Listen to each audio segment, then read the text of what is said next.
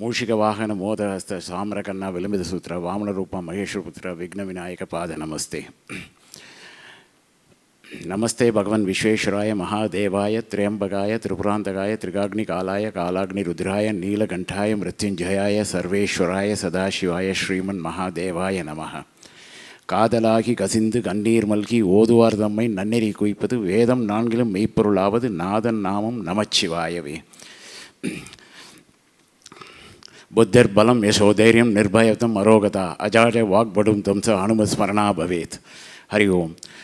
On this auspicious day of Kartika Somavara, on this auspicious time of Pradosha Kala, on this auspicious place of Srinivasa Perumal temple, in the auspicious presence of Pujya Sri Sarvapriyananda and Pujya Sri Swami Kamalananda, we are warm welcome and auspicious welcome to all of you. Swamiji doesn't need any introduction, and I would request that one of the customary announcements to keep your voices as well as the mobile phones on silent mode until we hear the lecture.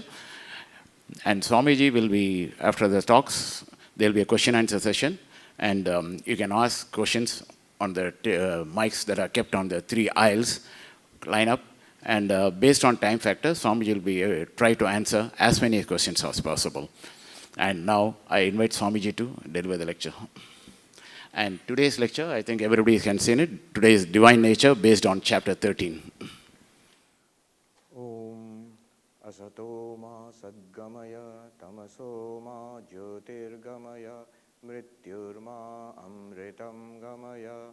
Om shanti shanti shanti. Om, lead us from the unreal to the real, lead us from darkness unto light, lead us from death to immortality. Om, peace, peace, peace.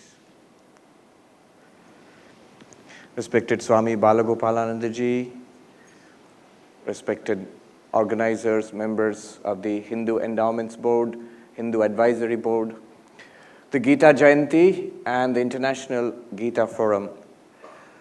Thank you for organizing this.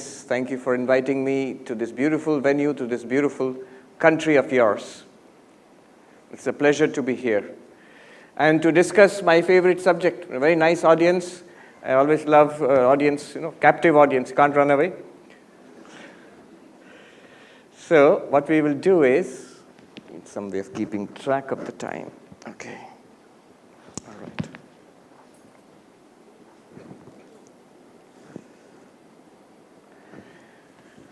Something interesting happened just now. You just heard the subject for today is the 13th chapter. It's based on the 13th chapter of the Bhagavad Gita. And in the 13th chapter, at the very beginning, you will find couple of very significant verses. And that's what I'm going to talk about today. And based on that, some more things I will talk about tomorrow and day after. So basically, those 2 verses at the beginning of the 13th chapter of the Bhagavad Gita, that forms the basis of what we are going to do. And the verses are, we know, idam shariram kaunteya. Krishna is telling Arjuna, idam shariram kaunteya kshetramitya vidhiyate. Etadyo veti kshetragyam tam prahu tadvidaha. That's the first verse. The second one, kshetragyam chapi mam vidhi sarva kshetreshu bharata. Kshetra kshetragayor yattad jnanam matam mama. Then, so this is what I'm going to talk about. Now, just now, before I entered, a devotee, so the mobile. She handed me a gift, a very rare book, which was compiled by none other than Ramana Maharshi, Sri Ramana Maharshi Bhagavan. And it's a rare compilation of his choice of Bhagavad Gita verses. Sri Ramana's choice of Bhagavad Gita verses. And it's not a well-known book because I have not read it earlier. So it's a photocopy of a very rare book. Just now. And I opened it. There are a total of 42 verses. the first verse, the first verse is that Krishna spoke to Arjuna. But then it begins, the compilation begins with idam shariram kaunteya kshetram ityabhidhiyate etadyo vetti tam prahu kshetragya iti tadvidaha. That 13th chapter, that verse which we are going to talk about today. And the next verse, kshetragyam chapi mam vidhi sarva kshetreshu bharata kshetra kshetrayor jnanam yattad jnanam matam mama. The next verse, the two verses which we are going to talk about. So that is the first choice of Bhagavan Sri Ramana. He's given the Bhagavad Gita, 700 verses, he picks out these two verses. So I think not only Sri Krishna's blessings are here, Sri Srinivasa Perumalji's blessings are here, Bhagavan Sri Ramana also is present among us in this discussion. So we're going to talk about that today and some sadhanas tomorrow and day after. All right. I'll speak for just less than an hour, and then we'll have sufficient time for Q&A. Try to keep the Q&A based on what I have just said, or if not, if you have other questions, as long as they're related to Vedanta in general, that's also welcome.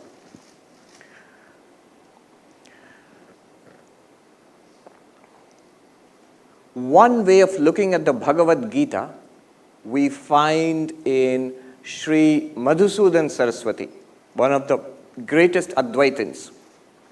He is well known in Advaita Vedanta for his extraordinary work, Advaita Siddhi, which is a very difficult work. It's a polemical work, argumentative, replying to objections against Advaita Vedanta. But Madhusudan Saraswati also wrote an extensive commentary on the Bhagavad Gita, an explanation of the Bhagavad Gita, called the Gudhartha Deepika, the lamp of the hidden intent or the deep meaning, the lamp illumining the deep meaning or hidden intent. Wonderful commentary, entirely in the Shankara Advaita tradition, but with lot of input from bhakti, yoga, lot of deep philosophical discussions. You see, between Adi Shankaracharya and Madhusudan Saraswati, about 700 years, about 600 years had passed. More than half a millennium had passed. And a lot of developments had taken place, philosophically speaking. In Vedanta, a lot of changes had come in the religion, in the bhakti movement, and all had started in Hinduism and so on. So you see the reflection of all of that in the commentary. A few years back, I was present in Bhagavad Gita classes at Harvard University. Many people think, oh, at Harvard they study Bhagavad Gita. Yes, I assure you they do, and very thoroughly also, in the Harvard Divinity School. I was there as a monk. There were 3 representatives of Hindu monastics there in the class. And the only other Hindu present in the class, only other Hindu, was a girl who was an exchange student from another neighboring college. She had come from India. She was studying engineering, but she got a chance to attend one course at Harvard University. And she attended the Bhagavad Gita course. And later she told me she was thoroughly scolded by her parents. Their idea was, I'll tell you in Hindi and then I'll translate. Harvard में पढ़ने का मौका मिला और गीता पढ़ रहे हो. You got one chance to start studying in Harvard University, studying Gita, then you come back here. Gita ही पढ़ना था तो इधर आके पढ़. Anyway, and what did they study? What was the book they used for studying Bhagavad Gita? It was Gudhartha Deepika. I was also very happy to see it was Swami Gambhiranandaji's translation, the Ramakrishna publication of Gudhartha Deepika that was used. What Madhusudan Saraswati says is he observes the 18 chapters of the Bhagavad Gita can be understood in 3 broad categories. That one of them speaks about Atma, you. Who am I? What am I?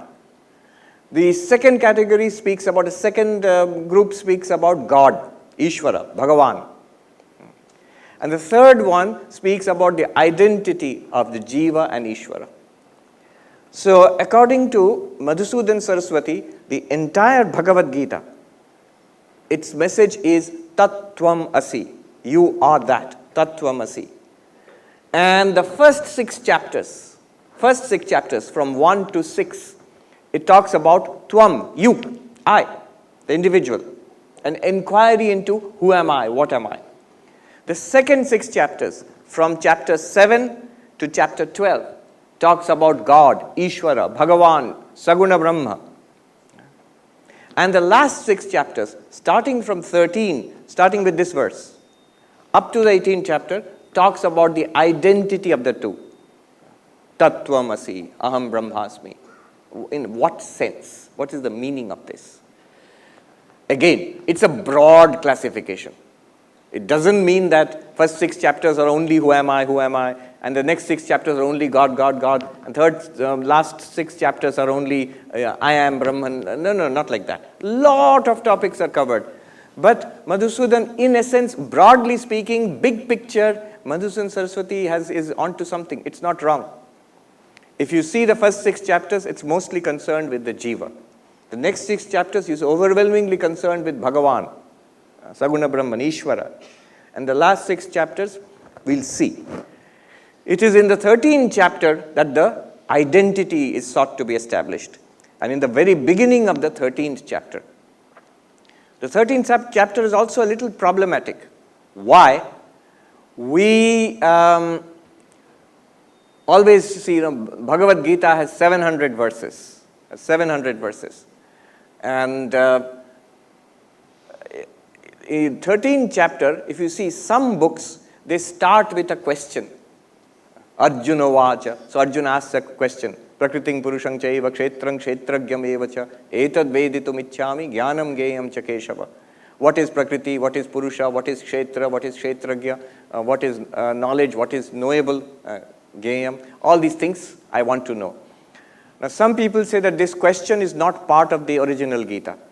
And it's just a list of the topics which Sri Krishna has discussed in the 13th chapter. That is just a list, and that has been put in the through a question at the beginning of 13th chapter.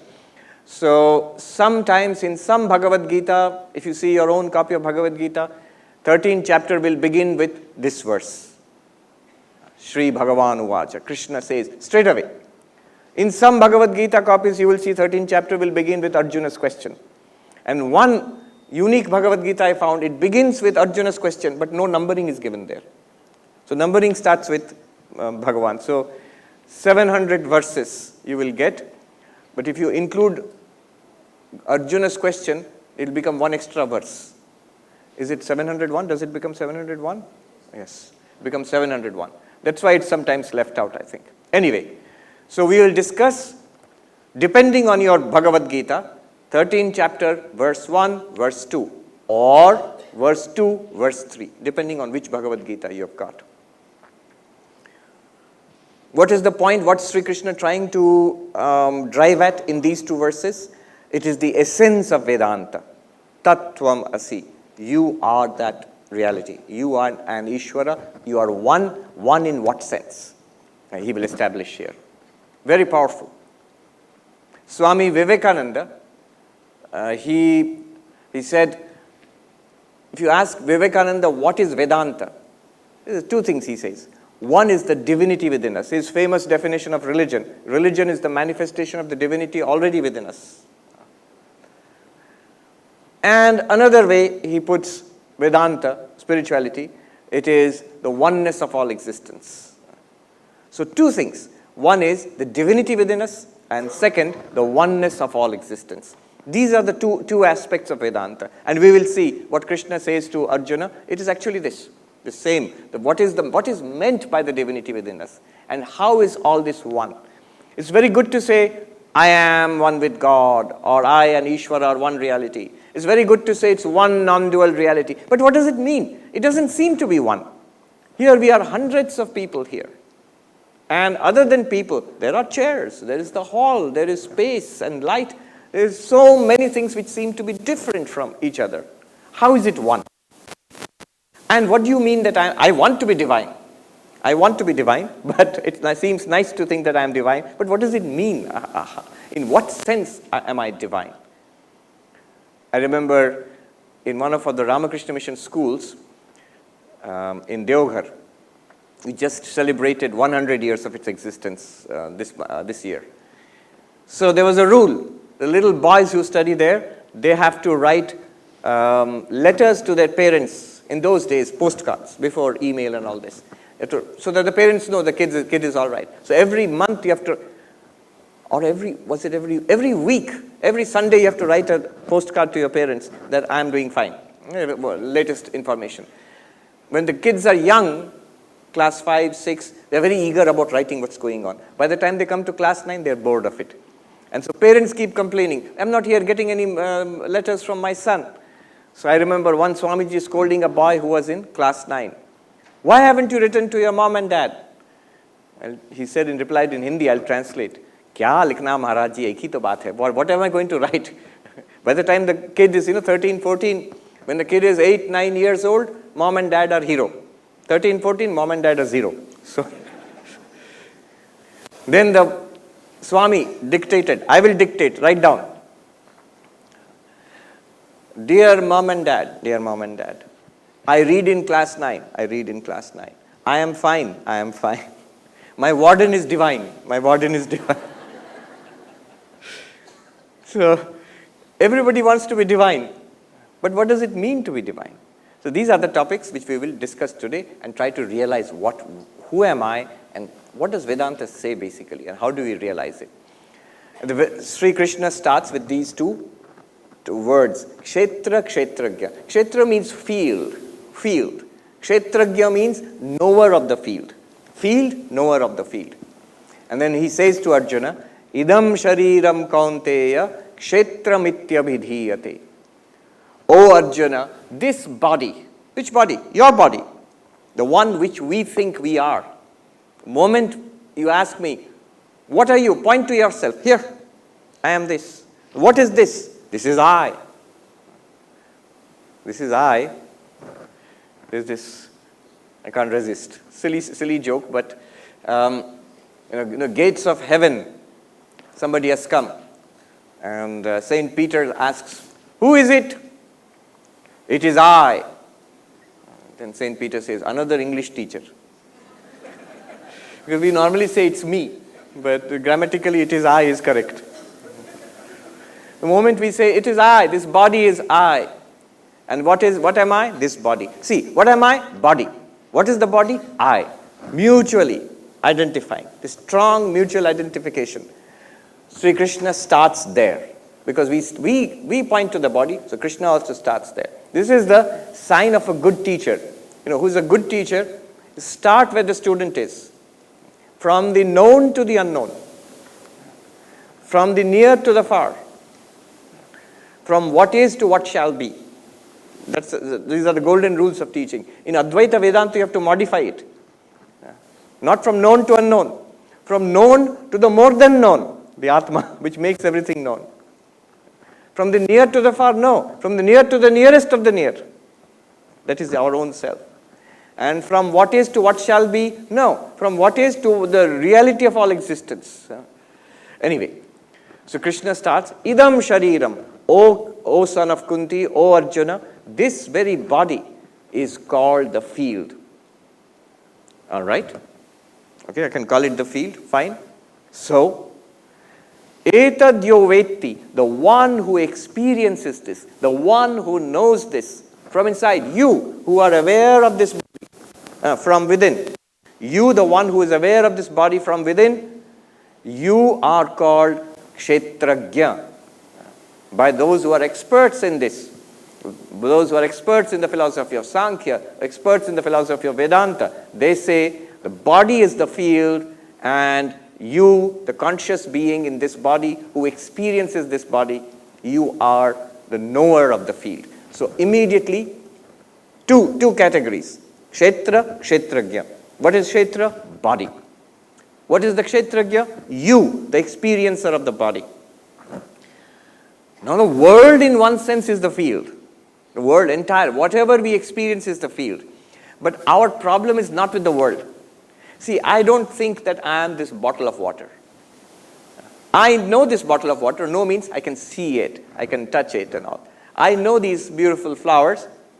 Oh, these are artificial.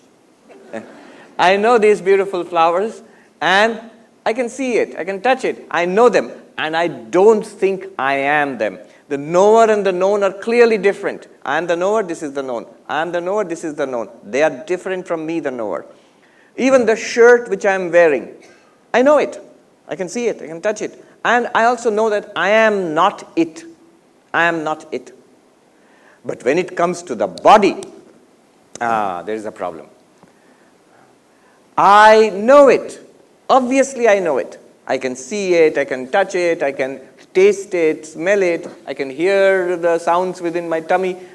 You know, all the five senses, they operate directly on the body. So the body is an object of knowledge, an object of knowledge. And yet, I, the knower of the body, I, the one who sees, hears, smells, touches the body, I also think I am the body. And it's not just an idea, it's deep rooted within us. We think, talk, act, behave as if we and the body are abhinna, one and the same. What is the body? I. What am I? The body. Now Sri Krishna is now putting an analytic knife, not that he will actually take you out of the body, but he wants you to see that you can't just be this body. We discussed a little bit of it, those who were in the Tattvamasi lecture yesterday, but let me go into it. This is where Vedanta starts. Sri Krishna has given us the secret key to unlocking Vedanta. Vedanta starts with yourself. Yes, I am one with Brahman, the universe is one reality, all those things will come later. But first, who am I? What am I? Am I this physical, this entity of flesh and blood, or something else? Krishna is giving us the key. What is the key? The key is you are aware of the body. You know the body. You see, that's pretty simple. Vedanta proceeds that way. They will tell you something very simple, very non-controversial. But then step by step, they will take you into deep insights where you feel, hey, wait a minute. Where are you going? This is really deep. This is really profound. So that I know the body, all of us accept it. Yes, I know the body. And if you want me to call the body field, okay, weird name, but field, all right, field. And if you want me to call myself the knower of the field, I get it. I am the knower of this field. Fine. So what? If I am the knower and the body is the known, then I and the body literally cannot be the exact one and the same thing. It's a principle in philosophy, in epistemology. The thing cannot operate upon itself, a thing cannot know itself. Like a knife cannot cut itself.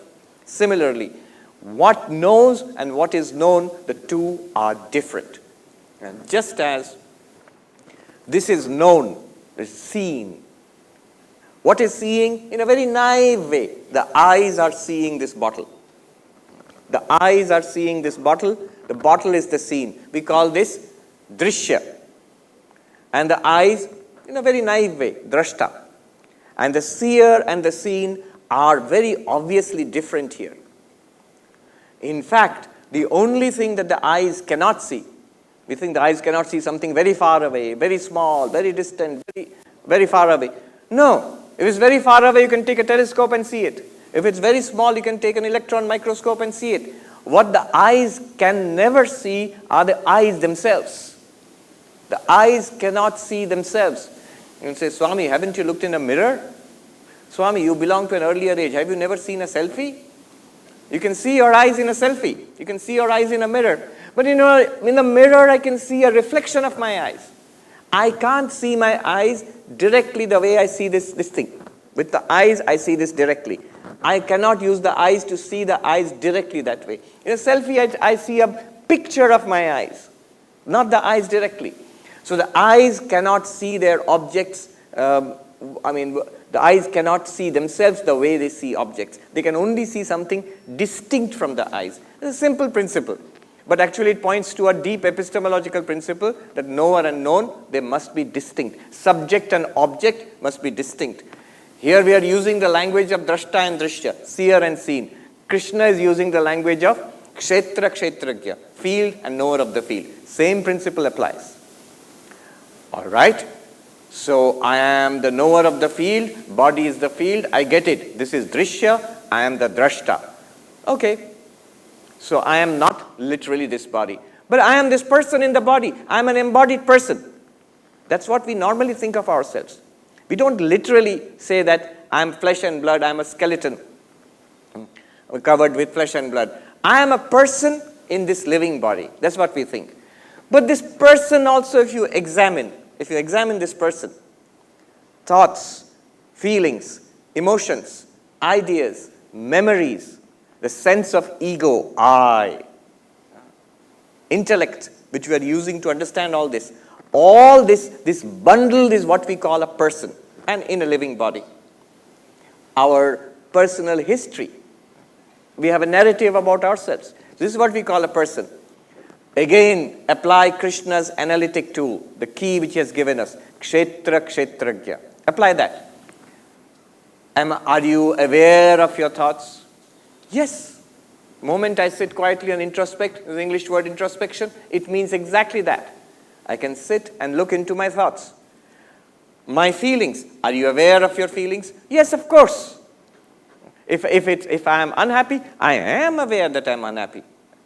It's crazy to say that I am in a great deal of pain, but I don't feel anything. What do you mean? It is crazy to say I am very unhappy, I am very depressed, but I don't feel it. You cannot not feel it and still be depressed, So, I am aware of depression, sadness, happiness, misery, pleasure, pain. All of my internal states, I am aware of them.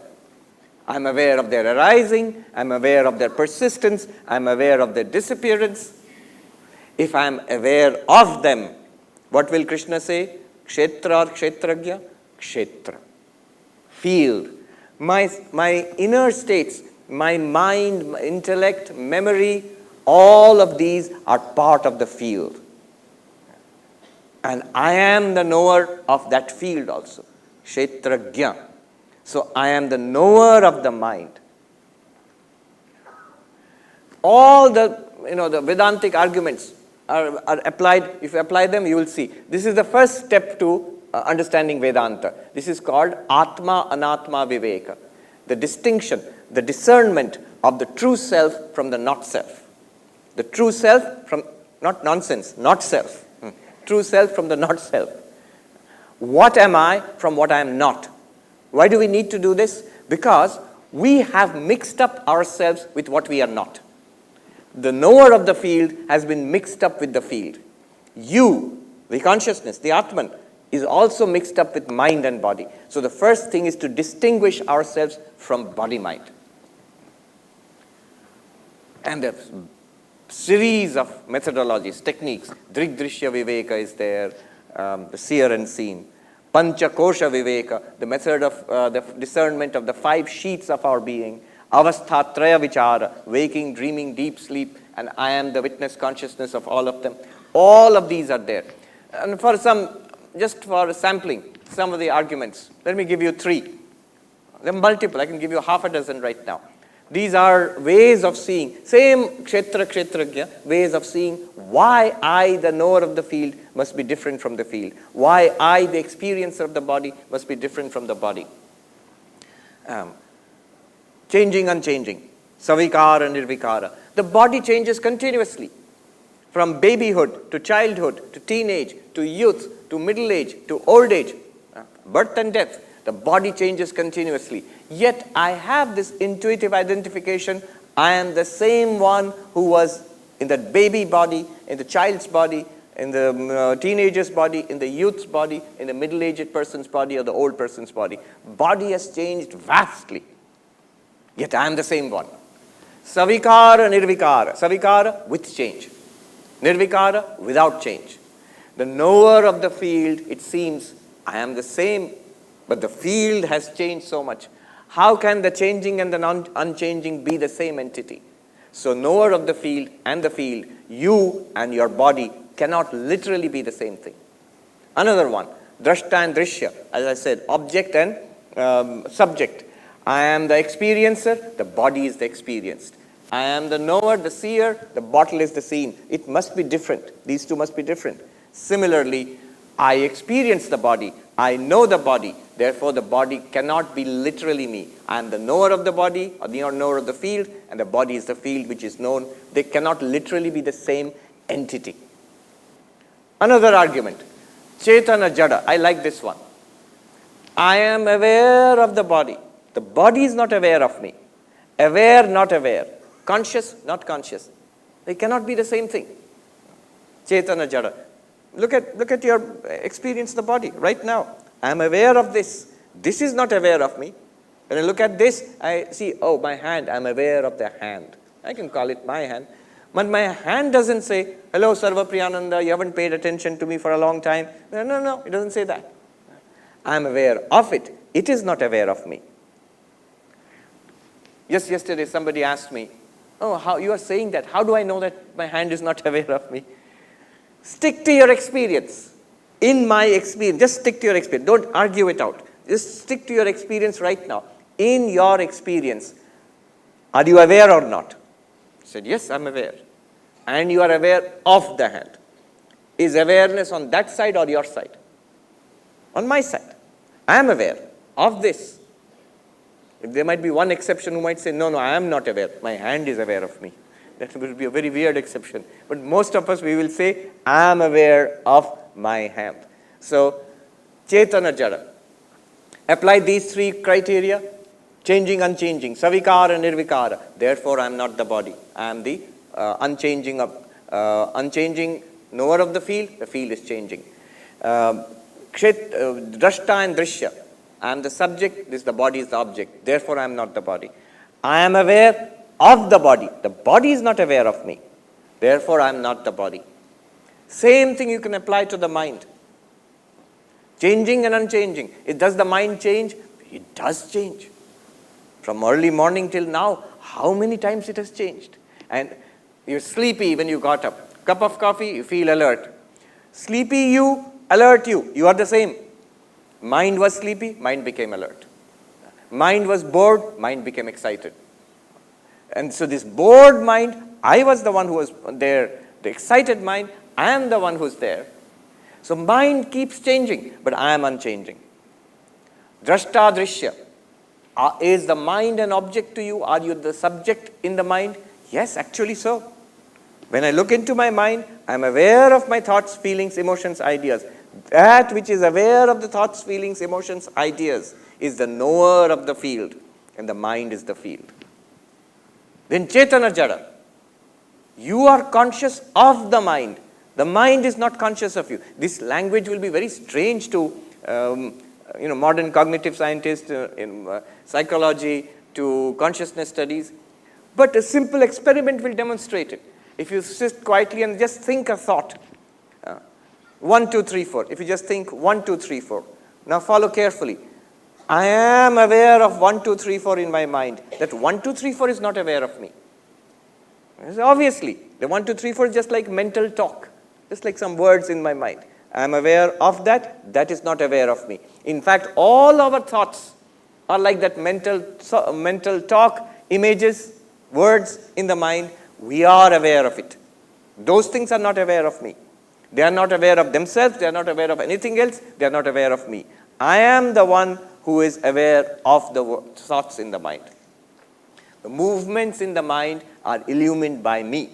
I am aware of them. So I am conscious. I am conscious of the mind. The mind is the field. I am the knower of the field. Therefore, I am not body, not mind. And at this moment, if we stop and think what that means. Old age. I am aware of the body which has become older. If I am aware, then my nature must be awareness, consciousness. If I say I am aware of the body which has become old. So does old age belong to consciousness or belong to the body? Body. Old age belongs to the kshetra, not to the kshetragya, to the field, not to the knower of the field. Overweight. I need to slim down. Big problem in America. So, overweight. Is consciousness overweight or body overweight? Consciousness cannot be overweight. Consciousness doesn't seem to have a weight at all. So it's the body which is overweight or skinny, whatever. So physical things belong to the body. All right, what about mental properties? Misery, depression, I am depressed, I am unhappy. But wait, are you depressed or unhappy, or do you feel depressed, feel unhappy? We will say, yeah, that's what I mean. I feel depressed. You feel depressed. That means you are experiencing depression. You are experiencing sadness. True, I am experiencing depression, I am experiencing sadness. So what? If I am experiencing depression, if I am experiencing sadness, then depression and sadness are objects. They belong to the field. And I am the knower of the field. I am the subject. And the subject and object cannot be the same thing literally. It opens up a little space between me and the depression. It opens up a little space between me and the sadness. And the interesting thing is, when we become aware of the contents of the mind, the depression in the mind, depression belongs to the mind. Old age belongs to the body. When we become aware of that, the problems also become a little less. Somehow, the mind quietens down. Restless, I'm very restless. No, you are watching the restlessness of the mind. So you are not restless, you are ever at rest. One of the names of the Atma in the Upanishads, Mandukya, Shantam. Not Shanta, that means peaceful Atma. Atma is peace itself, is rest itself. And you watch the restless mind, you watch the peaceful mind. Restlessness, peaceful, they are characteristics of the mind. One sadhu put it very beautifully. He said, the way to apply Advaita, he said, is, जो जहां की चीज है उसको वहीं रहने दो Mahatma ji. Don't misplace things. Whatever belongs to where, you let it remain there. Old age, body. Said, yeah, but this is an object. Somebody might complain like this. This is an object, and you say that I know this, therefore it's an object, it's the field. I know the body, therefore body is also an object. But then, if I hit this, I have no problem. But if somebody hits my body, I have a problem. There is pain. There is pain. Shankaracharya answers this in Upadesha Sahasri. The student asks this question. But if you burn the body, it is terrible pain. You can't say it's an object. Then listen to this. Shankaracharya replies to the student. This guru replies to the student. The pain. There's pain in the body? Yes, yes. Do you feel the pain? Of course. If you feel the pain is an object of your experience. True. Then pain is part of the field or knower of the field? Pain is part of the field. Pain is also an object. Objects are not just physical objects like this. You see, what is an object? This body is an object. All right? Then make it more subtle. A more subtle object. Breath is an object. This breathing, is it an object or not? Yes, it's an object. Then make it even subtler. Sensations. Warm, cold, pain, pleasure. They're sensations. Are they objects or not? They are objects because you are aware of them. So what is the criteria of an object? If you are aware of it, it's an object. If you can say this, it's an object. This bottle, object. This body, object. This breath, object. This pain, say, ouch, object. I was giving this talk in Fargo, in North Dakota, in USA, and in that audience there was this young American boy. He was pinching himself. Somebody said, "What are you doing?" "I'm trying out what the Swami just said." Try to see instead the pain instead of being, "Oh, it's so awful, ouch." That pain, notice carefully, is it not an object? It's an object. Even deeper, thought, emotion. Aware of it. This emotion, this thought, object. This idea, this Vedanta, this Kshetrajna, object. Wipe out all objects, absolutely blank. Deep sleep, deep meditation, blank, object. So if you consider the pain also to be an object, you will see suddenly you're actually better able to manage that pain. Much better. I've seen people who in dentist's chair who have practiced this one, and they say it was not so bad after all. Awful, so much discomfort is there. Now think of it as an object. Not think, see it as an object. Then you will see, I am the awareness in which this discomfort is appearing. Your attention is not on the discomfort, your attention is on the awareness of the discomfort.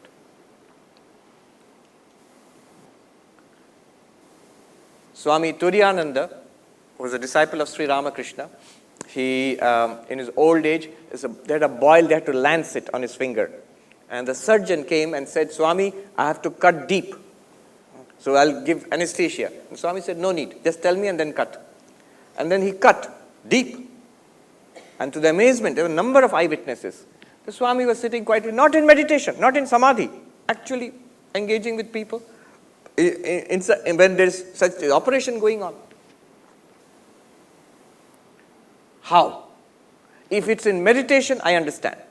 You're not even aware of it. Your mind is so still and fixed on something internal. If it is in anesthesia, I understand. You will not feel the pain. But completely aware of the pain, feeling the pain also, and yet you are able to transcend it. How? It's an object. I'm aware of it. And the proof, how do you know this is what Swami Turiyananda did? Next day the proof is that surgeon came again to dress the wound. So as he opened the bandage and he started dressing, Swami Turiyananda cried out in pain, oh, what are you doing? The surgeon was taken aback. Swami, just yesterday, I know this is painful, but yesterday when I was cutting deep, you said no anesthesia. And it was amazing. In the middle of that terrible, that deep cutting, you were relaxed. But now I'm cleaning the wound, it must be burning, but you are shouting. I can't understand this mystery. And the Swami said, he said in Bengali, Bolbe to, you should tell me. Tell me, I will remove my mind from there. So one method of removing the mind from there is meditation. Another method is this viveka, is an object. But be careful. Don't try it in deep surgery straight away. Now I have learnt it, I will try it. No. Until the viveka, the discernment is clear, absolutely without any doubt. Until that time, don't take it, take it out for a spin. Let me see. Don't know how to drive, take the car out for a spin on the highway, you'll get a crash. There's a story, I don't know how true it is. One Swami who had done this, Kshetragya. One operation was going to be done, similarly like Turiyanandaji. And the doctor said, I'm going to cut deep. And the Swami said, I know, it is the field. I am the observer of the field. The Swami, there will be pain, lot of pain. That is also field. I am the observer of the field. Cut. And then the doctor started cutting and said, Chalao churi, use your knife. The doctor said, all right, as you wish, Swami. He started cutting. And then the Swami screamed in, oh, stop. Ruko. What happened? Oh, sala, kitab ka baad kitab mein reh gaya. That, how to translate? That all the theory which I got from the book is in the book. It stayed in the book. It's not practical. Give anesthesia. So until, it's not that easy. But this discernment one can practice in small test cases. You will see it works. But it has to be very clear, and you will see why it is not so easy at all. When you try to do it, you will see why it is not easy. Not easy for body, not easy for pain, not easy for mental problems, distress, misery, grief. It's not so easy to watch as an object. We get caught up very fast. So this witness consciousness, which is free of the problems of the body, which is free of the problems of the mind, this witness consciousness, this is what Swami Vivekananda means by the divinity within us. Body is born and body dies. You, the witness consciousness, knower of the field, consciousness, awareness, you are not born with the body, you don't die with the body. Swami, how do you know? I'm telling you now, when the time comes, it will come for all of us, you will see Swami spoke the truth. He was right. Body is gone, I am still there. So, I am, birth and death are of the body, for the field, not for the knower of the field. Pain, misery, they are in the body, in the prana, in the mind, not in me. Depression, elation, misery, memory, forgetfulness, all belong to the field. I am the knower of the field. This witness consciousness, this is what Shankaracharya, when he sings, Mano buddhi ahankara chittani naham. I am not the mind, I am not the buddhi, I am not the ahankara, I am not the memory, I am not the ego. Then Chidananda Rupa Shivoham. I am of the nature of consciousness, bliss. I am Shiva, I am Shiva. Chidananda Rupa Shivoham. We can all say that. We should say that. Krishna is telling Arjuna, you are the knower of the field. That is the Chidananda Rupa Shiva. All right. So far, so good. Now, two questions arise, or they should arise. I am not the body, this is the field, mind is the field. So, body, mind, field. I am consciousness, knower of the field. Field is there, knower of the field is also there. But then I see so many fields here. So, in each field, there is one separate knower of the field. Kshetra, so many kshetra is there. And in each kshetra, one kshetragya should be there, just like here. So, are there many kshetragyas? Many kshetra is there. Many fields are there. Many bodies are there. No doubt about it. Many minds are also there. If you take an opinion poll, you get thousands of different results, which means thousands of different minds are there. So, bodies are many. Minds are many. Our consciousness is many. Fields are many. Are knowers of the field many? This is one question. Question one. How many kshetragyas are there here? Many or one? Somebody is saying one. You have too much Vedanta you have already done, so you know the answer. The answers are already known. And second, what about God? You haven't even mentioned God once so far. We are here talking about it. Srinivasa Perumal is sitting there. He's thinking, why is he not mentioning me? So what about God? Both of these questions, what is God? How many knowers of the field are there? Both are answered by Sri Krishna in the next half verse. One of the most dramatic sentences, half a sentence in the entire Bhagavad Gita. And Sri Ramana Maharshi here has picked it out as his second choice. First choice, this one, what we said. Second choice, next. Here Sri Ramana Maharshi says, Kshetragyam chapi mam vidhi sarvakshetreshu bharata kshetra kshetrajnayor jnanam yattajnanam matam mama. Krishna says to Arjuna, answer to both of the questions, dramatic answer. In all these bodies, know me alone to be the one knower of the field. Kshetragyam api chapi mam vidhi sarva kshetreshu bharata. O Arjuna, in all these bodies, just few here, imagine Kurukshetra battle. Hundreds of thousands of soldiers and generals and horses and elephants and whatnot.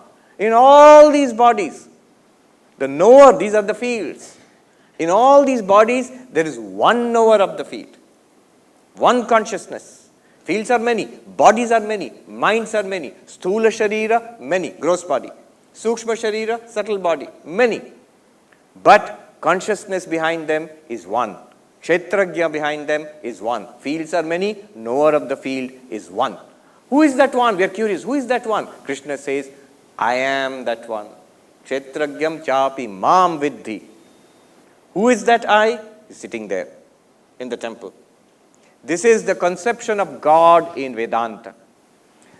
See, the knower of the field, consciousness associated with one mind and one body is you. Knower of the field, consciousness associated with one mind, one body, it is I, Sarvapriyananda. Consciousness associated with all minds, all bodies is who? God, Ishvara, Bhagavan. Krishna says this. And later, 11th chapter, Arjuna will say that, I believe you, you said it, And I'm not doubting what you said. I completely believe you. But could you show me that? See, why God is usually a matter of faith. You are aware, the body, you are aware it's not a matter of faith. The body is there, we all see. Mind, it's not a matter of faith. All of us experience the mind, unless you are a zombie. Internally there is a mind, thoughts, feelings, emotions, ideas, there is a mind inside. And if you point it out, consciousness, I can understand that also. I am conscious, I am aware, that also I understand. None of this requires faith. None of it requires faith. But to say that there is consciousness like this associated with all bodies and minds, there is a consciousness which identifies with the entire universe, all living beings, even non-living beings, which considers the entire universe as its body. Isn't that a little speculative? Isn't that? So far, reason, logic, but right now, this jump you're making, Swami, your standards of logic are slipping.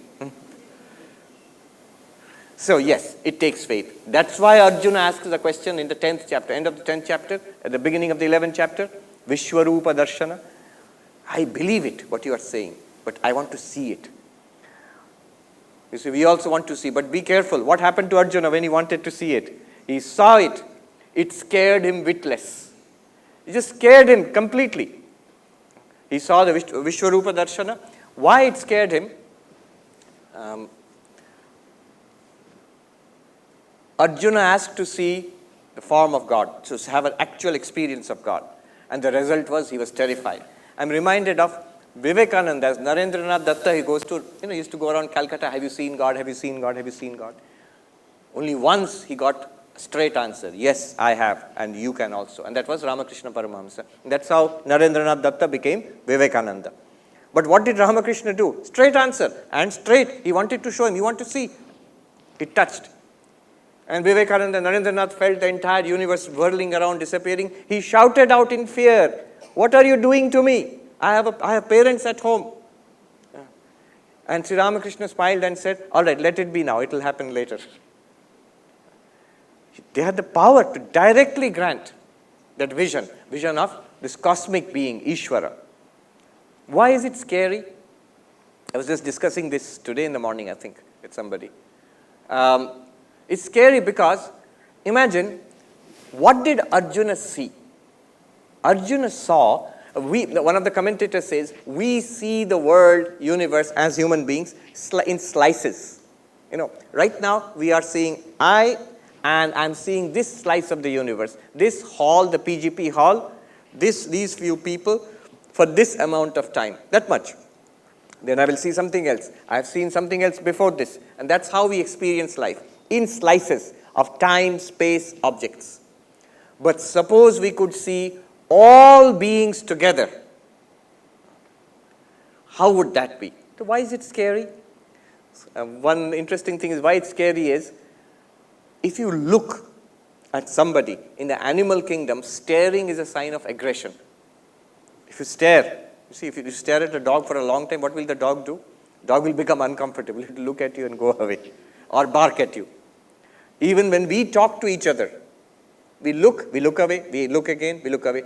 Complete, continuous eye contact is a sign of aggression. No eye contact is a sign of, avoidance. But we generally have a little bit of eye contact, then we look away. Now, why public speaking like this is difficult, most of us, we get nervous in public speaking, is because suddenly 200 people are staring at you, unblinking. Now, they are not being aggressive. They want to listen to what you say. But our primitive part of our brain reacts as if it's aggression and generates fear in us. That's why public speaking, you feel very nervous suddenly. So that's one of the reasons why we feel nervous. But imagine not just 200 people, not just 500 people. Imagine all the people living in this world today, nearly 8 billion people, plus all the living beings in the world, from blue whales to insects. Suppose all of them gathered together in one being and then turn and look at you. What will you feel like? Arjuna says, the moment he saw this, he says, every hair on my body is standing on its end. this great warrior, strong nerves. He says, I'm shaking, I'm trembling. We get scared. It's bound to be terrifying. We think we are going forward towards God realization, we want God realization. At that moment, it's not so easy. People get scared of death. The moment of realization can be even more terrifying than death. So, the presence of the Lord. Sri Ramanujacharya says, the Lord is most gracious. Vishishtadvaita Acharya. And how is the Lord present? The Lord is present as Narayana in Vaikuntha. That's one. As Antaryami within us. Narayana Vaikuntha is good, but it's a matter of belief. We are not able to experience. Well, is present as the consciousness within you, Kshetragya within you, in all of us. This is what Krishna says to Arjuna. I, Narayana, who is present, God in heaven. Robert Browning writes, famous poem, Pippa Passes, is God's in his heaven and all's right with the world. So that God's in his heaven, that's one form of God, Narayana, transcendent form in his abode, in his loka. But the second form is within us, as consciousness within all of us, Kshetragya, the witness consciousness. Then there is a third form. Ramanujacharya says, the Lord is so gracious, so affectionate towards us, that as consciousness within us, also a little difficult, abstract. So comes as avatar, as Rama, as Krishna, as the multiple avatars in a human form. So some people say, how can God become human? God does not become human, not like us, but he can take a human form, this mystery of incarnation, of avatar.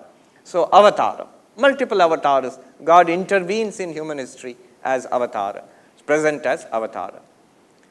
Fourth form. So Ramanuja is trying to show how, the fifth one is the point I'm driving at. The fourth form is a special manifestation of avatar, in the Leela with the gopis, in Nidhuvan, in Vrindavan. Krishna appeared individually for each gopi. So in that way, the Lord can appear for us, for the devotee, in the form of your Ishta Devata. When you get the vision of the Ishta Devata, that is God, actually, literally appearing before you. Living experience of God. And then finally, the point I'm going to make, Ramanujacharya says, the concept of Archya-avatara. Archya-avatara means the deity installed properly in an image like this here, Sri Srinivasa Perumal in the temple, worshipped in the temple, that is the presence of God. What he means there, Archya-avatara, is literally, if you stand in the presence of Krishna, if you literally stand in the presence of Rama, it's equal to that. Standing in the presence of the deity, which has to be formally installed, Pran Pratishtha, and worshipped ritualistically, regularly. In that case, Ramanujacharya, it's in a Sri Vaishnava doctrine, that Bhagavan, Saguna Brahman, Ishvara, what Arjuna saw in the 11th chapter, that what Krishna is saying, Kshetragyam chapi mam vidhi sarva kshetreshu bharata, is literally present there. Not symbolically. It's a symbol, but not just symbolically. Actually, it's a actual presence of the divine. So this is the answer that Krishna gives. Half a sentence. Kshetragyam chapi mam vidhi sarva kshetreshu bharata. So in these two verses, he has told us about three things. About Kshetra, this entire universe, including body, including mind, that is Kshetra. He has told us about Kshetragya, you, the experiencer of that body-mind, each of us. And he has told us this consciousness, which is not body, not mind, Chidananda Rupa Shivoham, is also associated with all bodies and minds. It is what is called the God of religion. The theistic religions, Narayana, Vishnu, Shiva, Devi, Ganesha, Father in heaven, Allah, Jehovah, all the religions which believe in God, this is, according to Vedanta, this is the idea of God. Same consciousness associated with all bodies and minds. Yattad Jnanam, Krishna says, This is knowledge, according to me. What is this knowledge? Knowledge of Kshetra, field. Knowledge of Kshetragya, knower of the field, consciousness, and Ishvara. Jiva, Jagat, Ishvara.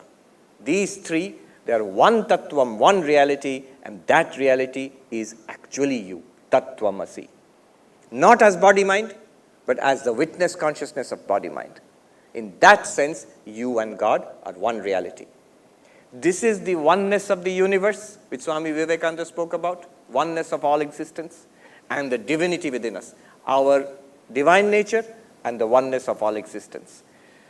Just these two verses. One more thing I want to mention, then I'll wrap up and we'll take questions.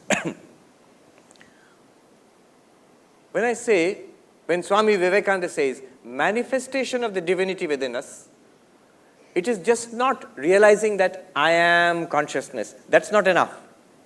When you say manifestation, manifestation must be in thought and word and deed. So one of the things we studied, there was one course on Buddhism at Harvard University.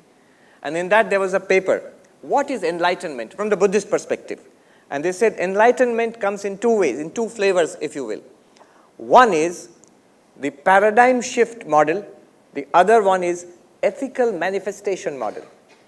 Paradigm shift model, ethical manifestation model. Let me apply it to Vedanta, what we just did. What is paradigm shift? Till now, till hearing what Krishna had to say, I thought I am this fellow, this body, this mind, this person. And I never questioned it.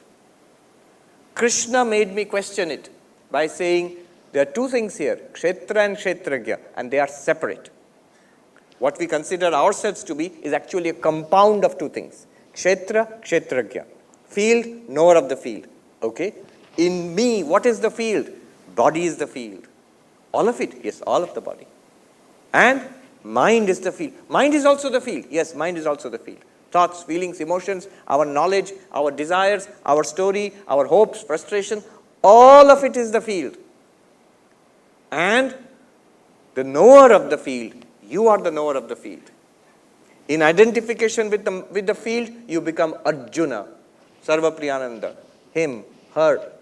But in reality, if you analyze, you are basically this one consciousness within. So this is called paradigm shift. Earlier, the word I referred to this. Now the word I only secondarily refers to this. Primarily it refers to consciousness. Shankaracharya says, Chidananda Rupa Shivoham. I am Chit, consciousness. This one, knower of the field. Ananda, bliss. Shiva, nature of Shiva. Shiva, Ananda, Chit. And what am I not? Before that you have to do Mano Buddhi Ahankara Chittani Na Aham. You have to distinguish the knower of the field from the field. This is called paradigm shift. This is enlightenment, no doubt about it. This is enlightenment. But there is an ethical manifestation side of it. Ethical manifestation side in that paper on Buddhism was when we expect somebody to be Buddha-like. So the compassion of the Buddha, the fearlessness of the Buddha, the selflessness of the Buddha, those must be manifest in an enlightened person. So we expect an enlightened person to be selfless, to be fearless, to be compassionate, to be loving. All the qualities, we expect those to be manifest in. If you say somebody is enlightened, we don't expect that same person to be just like us. I am enlightened, I know I am Brahman, but I have many problems. I have got a list of complaints. Then you are not enlightened. I mentioned Swami Ranganathanji used to say that if you are spiritual, you lose the right to grumble. Many people say that I had this experience, that experience. Be careful. Before you claim, it's much better to claim I am a seeker on the path. But if you claim I have found it, I am enlightened, then you have lost the right to grumble. You cannot have any more problems. You have to say I am fine. Even if you are not fine, you will have to say I am fine. Why? I am enlightened, what can I do? One sadhu put it very nicely. Rota hua gyani kisi ko pasand nahi hai. Rota hua means weeping, crying, complaining, grumbling. Enlightened person. It's of no use to anybody. So when Swami Vivekananda says manifestation of the divinity within us is religion, he means both things. Ethical manifestation and the paradigm shift, Aham Brahmasmi, yes, certainly. And also the ethical manifestation. Spirituality must be manifest in life. Walk the talk, Americans say, walk the talk. So, all right. So we have this now, these two verses. Tomorrow what I will do is, tomorrow and day after, I will touch upon the ethical manifestation. Some practices for this. Krishna will explain. He will go into details. How do you practice this?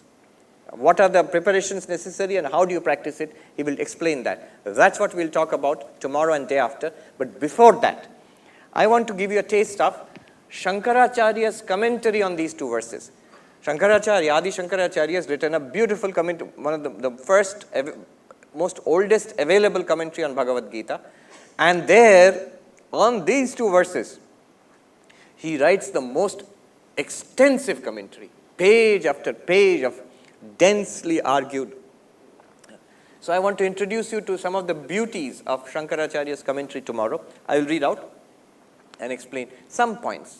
Then we will go into the practices. That's tomorrow. Now it's time for a little bit of Q&A.